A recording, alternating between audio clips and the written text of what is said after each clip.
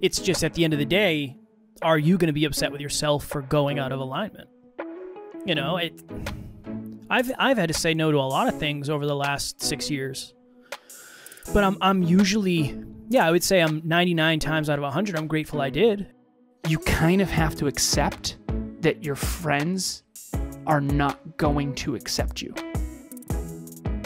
because that relationship was built on a version of you that no longer exists.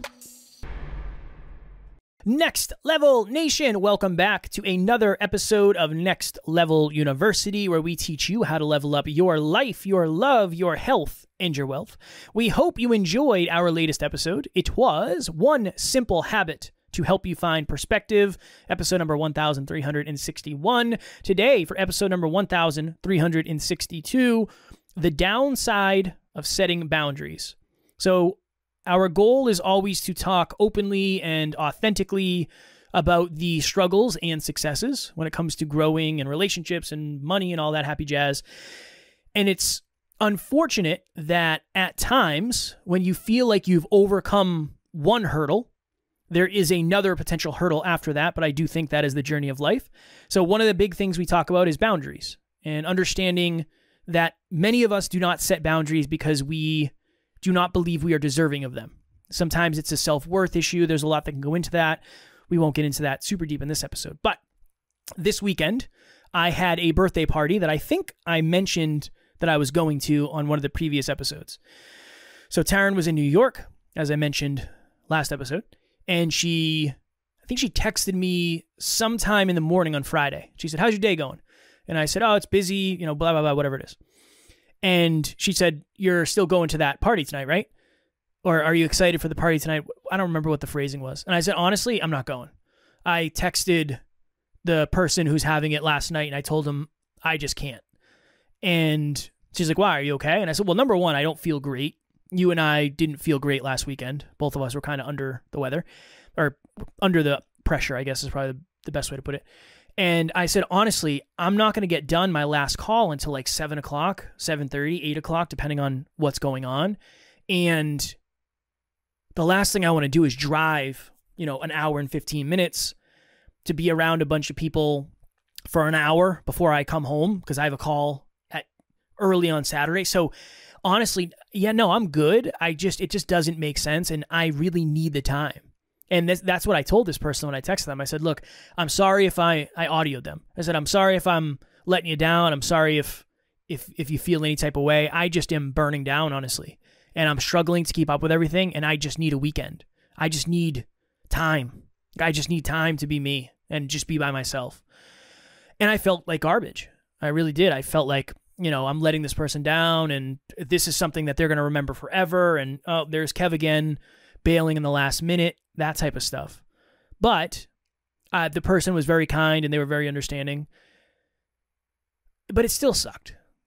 It was still, after I sent the message, I had those. It's the worst. It's the worst. I had those thoughts of, I hope this person is nice and I hope they don't send me a message back being mean or whatever it is. So it's challenging when maybe one of your biggest current bottlenecks is your lack of ability to set boundaries.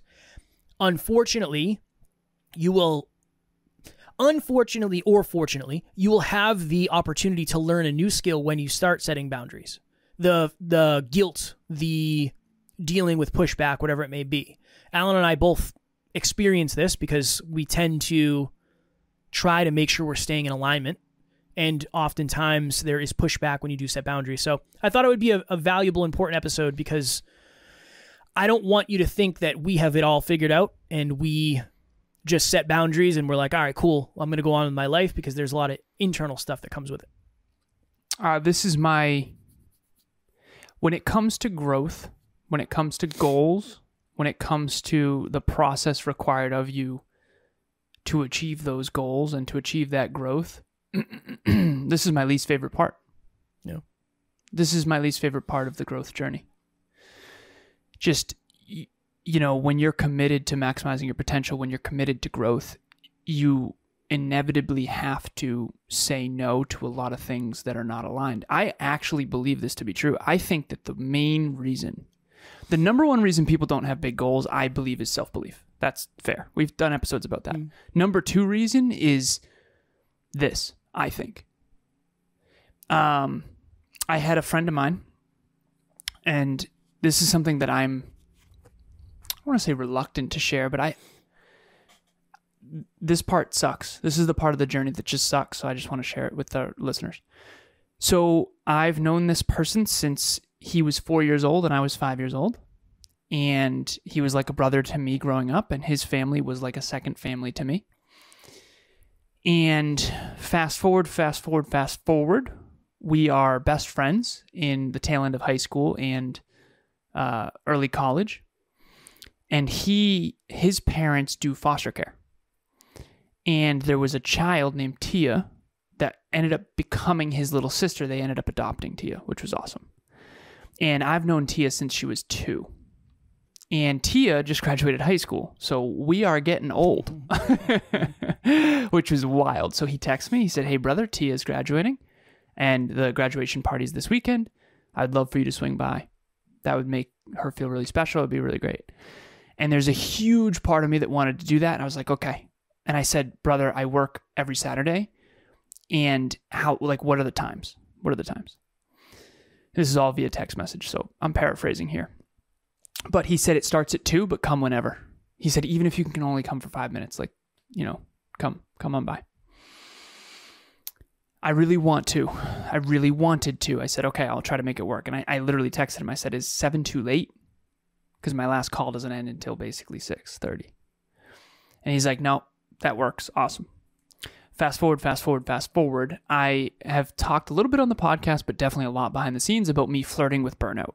I've been flirting with burnout a lot lately, and it's been messing with me quite a bit because the compound effect of positive habits and goals and dreams and workouts, and we're just spreading. I would say I'm stretching in a lot of different areas. There's no one area where I feel completely overwhelmed, but all of them combined. It's the idea of stretch the rubber band, but don't let it snap. I can tell that I'm a little bit close to it snapping holistically. And so I've been flirting with burnout a bit. And if you've ever seen that really awesome meme on the internet, I think Derek posted this in Evolve Ventures Society. So shout out to Derek if you're listening. But essentially, apparently it's a book cover, by the way, about burnout. I didn't know that, but it's these matches all lined up in a row, and they're all burning. And then it's essentially one match is pulled back away from the other matches, and it says, "This is the power of stepping back," because then the other chain of matches doesn't get lit. In other words, when you're burning down, take one step back in order to take 10 steps forward, which is what I did this weekend. So I texted him, and this is verbatim what I shared. And this sucks because just like Kevin, I felt terrible about this. I said, "Brother, 2 podcasts, 1 training, book club, and then 4 back-to-back coaching sessions. I've been full out since I woke up, and I'm genuinely flirting with burnout. There's just no way I can make it today. Please send Tia and the family my love, and I know our paths will cross again soon." With a heart. And I'm sure, Kev, I've been thinking a lot about this lately. A lot of my past friends are upset with me, and I honestly don't. It's this weird thing where I do understand that they don't fully understand and they couldn't, and I get that. So I'm on my side with this too, but I kind of get, if any of my friends were to call me out and say, "Dude, what the hell?" I would probably just be like, "Yeah, it's fair. I chose my growth journey over my friendships." And that's really hard to admit. But that was a conscious choice. And that's why I'm sharing it on the podcast, because the larger your goals are, the more you're going to have to grow. The larger your goals are, the higher standards you're going to have for where you invest your time and your effort and what you focus on. I, as CEO of this company, must advocate for what's best for NLU, and I have to prioritize NLU's growth. And I have to prioritize my own growth, and I have to prioritize the team's growth, and I have to prioritize the client's growth. It's very difficult for me to pour into persons, places, things, and ideas that are outside of NLU's growth, because NLU, the businesses, they require a lot of you. And then on top of that, I have a home, I have 2 pets. I don't have children yet, but we're preparing. And then, my relationship with Emilia, it's just, when you get older, you realize it's like, listen, this is humble pie time. I cannot go. And I think a lot of people get that, but I think a lot of people also don't, at least not to this extent. And this is the hardest part of the journey, in my opinion, because when you watch my social media, it looks as if I'm relaxing a lot. But you got to remember, a lot of those are the times when I am relaxing. And a lot of that is walks with Emilia in nature, which is also fitness or whatever. And so I think that it's just, this is the hardest part of the journey. If growth is your number one priority, it's going to be very difficult to harmonize that with friends and other things. Yeah, the unfortunate truth is some people will be upset. That's just the unfortunate truth. I don't know if there's any way around that. It's just, at the end of the day, are you going to be upset with yourself for going out of alignment? Mm-hmm. I've had to say no to a lot of things over the last 6 years. But I'm usually, I would say I'm 99 times out of 100 I'm grateful I did. If it's not in alignment, I remember one of my close friends messaged me and he said, "Hey, you're going to come to the bachelor party for one of our buddies, right?" And I was like, "No, man. No. I'm going to go across the country to go to a bachelor party with somebody I don't talk to that often. No. For what? For what? I'm not worried about missing out on something. Not on that end. I'm not worried about missing out on a strip club or whatever. I don't know what you're planning on doing. It's just probably not aligned with what I want to do." But that sucks. I do believe I'm blessed because the job that I had required me to say no to a lot of things because I was never home. So it didn't, no, I can't come to your birthday on Wednesday. And it wasn't an option. Yeah, I'm going to be in New Jersey. No, I can't come to the cookout on Saturday. I'm not going to get home until 4 o'clock in the morning, and then I need to pack and prepare. And so I think the hard part about this is when you say, this is on me. There's no external reason I can't come. It's just I'm deciding not to. Because the truth is, I could have gone. That's the hard truth. I could have gone. You could have gone. Same. We decided not to. But it wouldn't have been what's best for me. Yes. And it wouldn't have been what's best for NLU, and it wouldn't have been what's best for... And that's the hard part. ...the clients and this podcast, but it would have been what's best for Tia. And it would have been what's best for this person. But that's being an adult. Well, you decided. That's the hard thing. Yep. Nobody's going to get... if I said... I have tickets to... Hey, could you mind coming over for dinner tonight? I have tickets to a playoff hockey game or whatever. Nobody's going to say, well, skip the game and come to the dinner. They're going to be like, no way, good for you. I know. No way, good for you. But if it's like, I have coaching calls tonight. I know. It's me deciding that what I value is what is more important than what you think I value.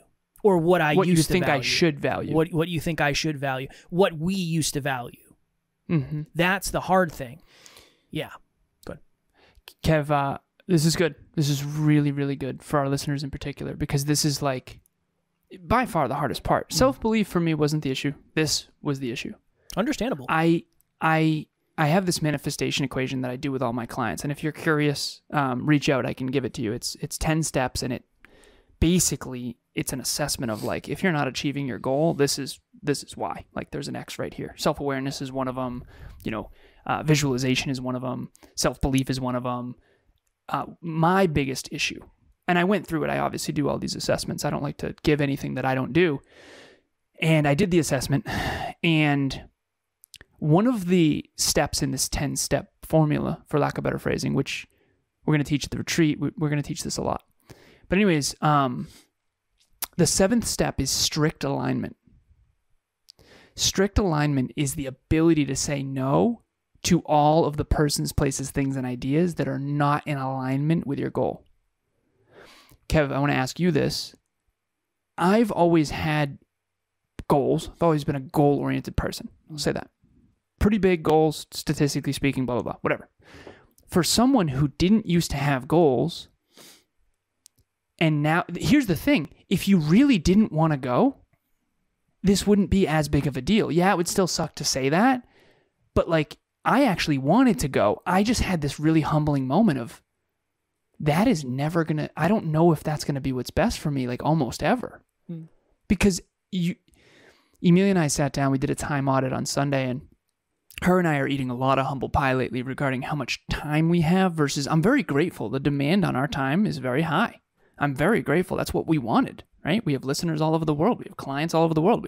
It's awesome. That's what success is. But it's also like, whoa. Like the days of taking a day are gone for me. 100%. I know that. I can take a couple hours, but I'm never going to take a day, right? Like that's not going to happen for me again. And that's okay. That's what it takes to be a CEO, to be, have multiple companies, be a business owner, right? That's the ironic thing. I have time freedom and I could go if I wanted. But in a way, that's a duality of like, just because I can go, it's almost guaranteed that I shouldn't. It's like the only reason I have time freedom now is because of how careful I've dialed in my time.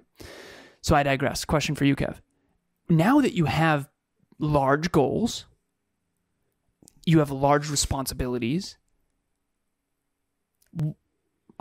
there's a lot of people that say like, oh, you don't need to sacrifice, and it's not a sacrifice. No. It's 100% a sacrifice. That was a sacrifice. Saying no to that was 100% a sacrifice. Now, it was a conscious choice. It was a tough decision. It was what was best, I do believe, and I am grateful that I made that choice because I think the alternative would have been less optimal for me and in general. But for someone who spent 25 years, 26 years without huge goals, what's it like now having to say no to pretty much everything outside of alignment? Because that's what big goals are. There's very little that's inside of alignment with huge goals. My name is Nathan Schwarman. I'm from Lawrence, Kansas. I've been a client of Alan's for coming on 2 years now, and I really can't recommend his program enough. Alan's always there for me with great advice and holding me accountable every step of the way.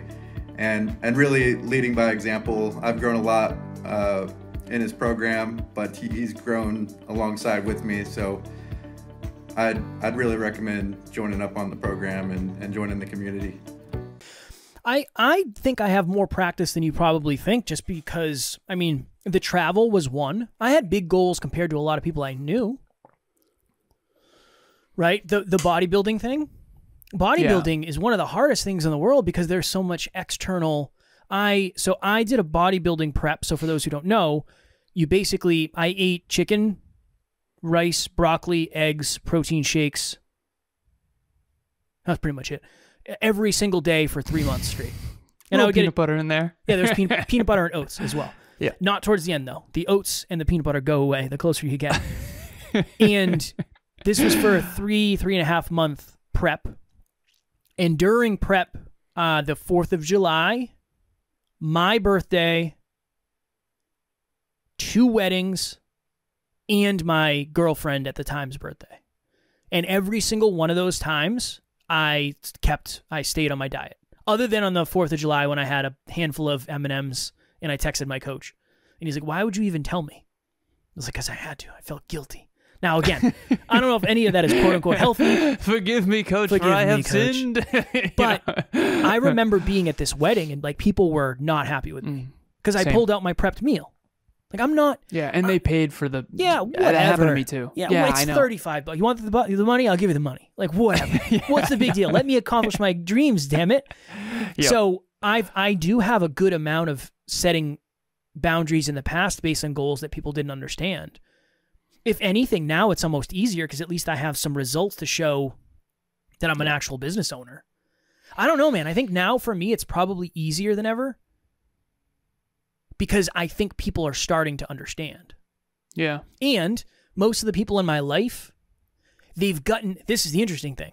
they've gotten through all the other filters of like, can't come because of this, not interested because of this, boom, boom, boom. And they keep asking, or they keep understanding. Maybe they keep asking and they keep understanding. I don't know. I do feel like in some way, shape, or form, I'm relatively used to disappointing people. I do. Yeah, fair assessment. Definitely. And I've just gotten somewhat okay with it. Not okay, but somewhat okay. Yeah. I think less about it than I ever have. Yeah, maybe this is better for you to ask me, because I think it bothers me more than you. I would say so. It does. I remember one time Kev said, well, you just don't value friendships. It's like, dude, no, that's not true at all. I value friendships so much. I have to value them less because I value my goals so much. I value impact. I value building this business. And by the way, and this is something too, there are ways to be in my world. There are ways to you can coach with me. You can come to all of our free events, right? But what are you actually afraid of when you set boundaries? Like, what's the fear? Definitely part of it is the lash out, like you said. Like, I'm half expecting a text back of like, dude, you're a terrible friend. And I would honestly, and that's why I already have the answer. It's like, fair. Based on your perspective, I think that's fair. Based on what you think a friendship is, that is fair. I don't think I'm a terrible friend. I think that based on what you want from a friend, I would say I understand why you feel that way. And I did make a conscious choice to put my relationship with Emilia and this business first. If you did get the pushback, what would happen then, do you think? If you did get that message back? I would probably have to say, I think it's understandable why you feel that way, but I would also probably shield bump it a little bit and say, you really don't understand what my life is like. And that's okay. Maybe you never will, but I have to say that because you've never grown a multi-million-dollar business and you never will. And that's okay. I'm not making you, I chose this road. No. And I knew that this is what comes with it. The old me would have been very upset with him. The new me is grown up enough now and mature enough to be like, you know what? I get why they're upset with me. And I don't think I'm going to dance around it anymore. I think I'm just going to be like, yeah, I get it. I couldn't come to your wedding. I missed 3 weddings of like friends of mine that I grew up with. That like, I'm talking next door neighbors. I'm talking one person asked me to be in the wedding, like as a groomsman. Granted, it was in Newport Beach, California. And like, you know, you and I are doing something different. And I think that that's the real lesson here for our listeners, rather than making this about Kevin and I. The more you focus on your personal growth, the more you focus on your personal goals, the more you focus on achievement, the more you have to say no to. You know, I mean, it's a weird analogy, but like I used to say this all the time, but it's not like I can call up Jennifer Lopez and say, hey, can you come over this weekend? She's busy. It's like, you know what I mean? Yeah. The expectations are off because it's almost like you're basing this off of a past friendship we had. Back then, I did have the time. Totally understandable. Now, I want to be there. I do. I want to celebrate Tia graduating high school. That's very aligned for me. That was on the far end of aligned for me. You know? But it's still not aligned when I'm burning down. And what people don't realize as we're business owners is like if we don't work, this business stops growing. If this business stops growing, all the listeners suffer, all the team suffers, you and I's lives suffer, our intimate relationships suffer. You know, we have a trajectory of growth and we're an impact, and we're helping a lot of people. And I want to help Tia too. I want to be there for Tia, but I can't be there for everybody. And to answer your original question, Kev, part of it hurts my heart because I really do want to be there. And I think that that's valid. The other part of it hurts my heart because I know they're upset with me, and there's almost nothing I can do about that. And I think that I've gotten to a place now through therapy work, and I kind of am starting to accept that a lot of people are not going to like me. That's been weird for me because I spent a lot of my life unconsciously wanting to be liked. We talked about that on the interview you did with me. And I think I'm letting go of that a lot lately. It's been really messing with me a little bit. Like inside of me, I'm kind of growing up in the sense of like, almost no matter what I do, I think there's a lot of people that are just not going to like me. And for me, that's always been hard. I think I've always wanted to be a good friend and a good person.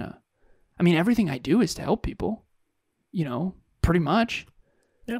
Even saying no to Tia's graduation party it's not so I can like chill out for the next couple weeks, dinner with me. It's R&R so that I can do more Monday, so that I can not burn down, And I think I just kind of realized recently, like I have to let go. It's called acceptance and commitment therapy.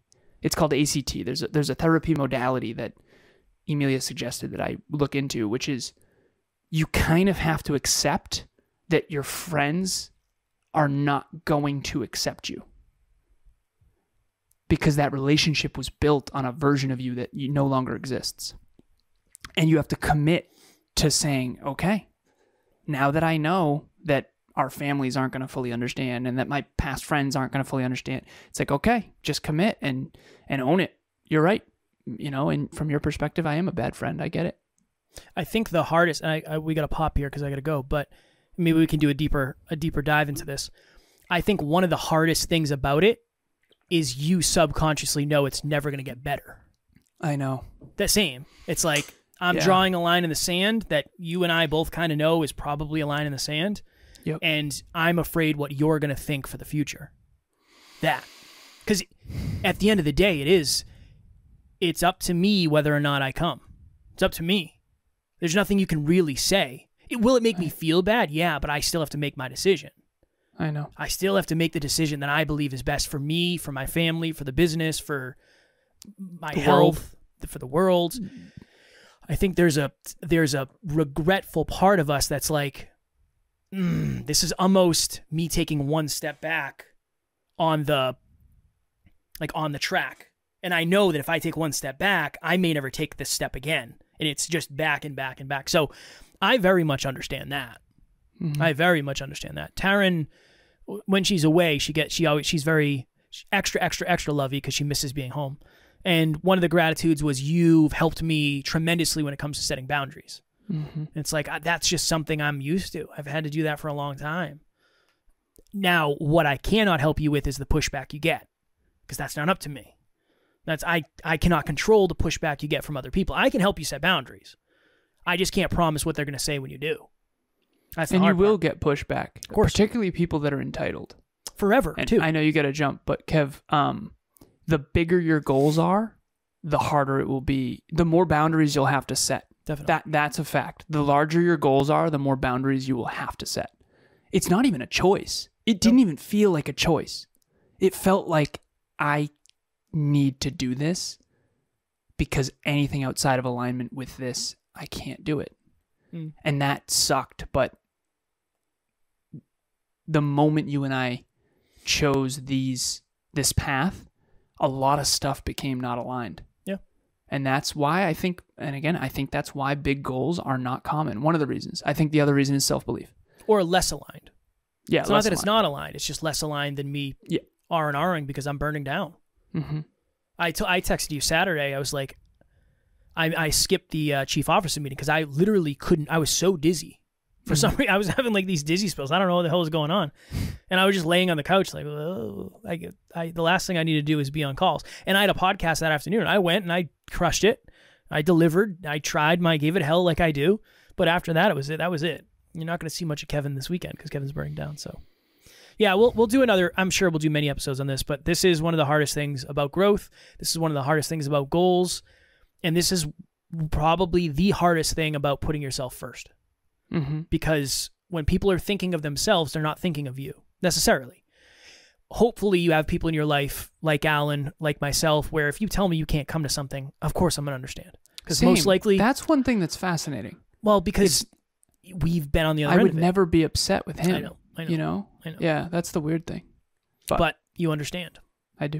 You And maybe understand. he's not upset. Who knows? I don't know. Yeah. I'm probably a little upset. Well, the interesting thing is there's only one option, or there's two options. Either, and it's not this simple, but either the person gets over it and they understand this is par for the course when it comes to a relationship with the collective you, if you're watching or listening, or they never message us again. That, unfortunately, those are the only two options. Either you accept me for me and understand that I'm not always going to be at the places you want me to be at the time you want me to be for the reasons you want me to be, or you say, you know what, this friendship isn't what it used to be and it never will be. Those are really the only two options. That whole never message me again thing has happened a couple times to me. I would say in the grand scheme of things, it's probably what's best. Fair. And I bet you it's probably long-term the right thing anyway. Honestly. Same. Fair. Of course that's happened.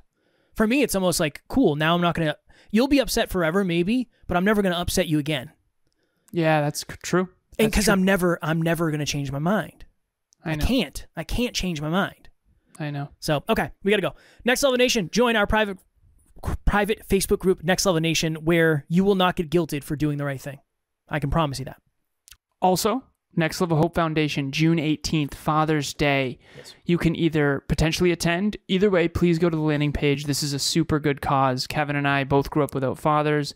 We wanted to make a special day that's traditionally sad into something happy and fun. Sports, activities, it's awesome. Please check out the landing page. It will be at the link in the show notes, and you can either donate or there's an RSVP to attend if you are local and if you do have children or are a single parent, rather.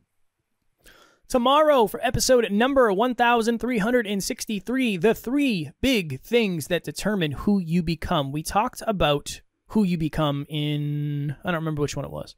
1360 maybe? I don't know what episode it was, but we're going to go deeper into 3 deeper understandings, 3 tactics. I don't know yet because I don't remember what they are, but Alan does. As always, we love you. We appreciate you. Grateful for each and every one of you. And at NLU, we do not have fans. We have family. We will talk to you all tomorrow. Set and keep those boundaries. Next Level Nation.